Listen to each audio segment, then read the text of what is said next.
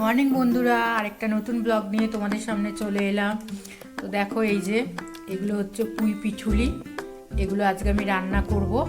এগুলো অনেক রকমভাবেই রান্না করে খাওয়া যায়। তো আজকে মঙ্গলবার, আমাদের ভেজ, তাই আজকে আমি এটা ভেজভাবে নিরামিষ করে রান্না করব। তো রান্নাটা করে নিই, তারপরে তোমাদের দেখাবো কেমন হয়েছে এটা রান্না। তোমরা দেখতে থাকো। এই দেখো, আমার পুঁই পিটুলি রান্না হয়ে গেছে। পুঁই পিটুলি চচ্চড়ি কমপ্লিট। এটা আমি করেছি সর্ষে পোস্ত নারকোল বাটা দিয়ে, আর নামানোর আগে একটু বড়ি আর ধনেপাতা দিয়েছি। আলু, বেগুন, কুমড়ো দিয়ে করেছি। এটা আরেকটা রকমভাবেও করা যায়, এটা মাছের তেল দিয়েও করা যায় আমিষভাবে। তো তোমরা যদি সেটার রেসিপি দেখতে চাও তো আমাকে কমেন্ট করে জানিও, আমি তোমাদের সাথে সেই রেসিপিটাও শেয়ার করব। ঠিক আছে, এটা খেতে দারুণ হয়েছে, আমি একটু টেস্ট করে দেখেছি। তোমরাও করে খেও। তো আজকের জন্য টাটা।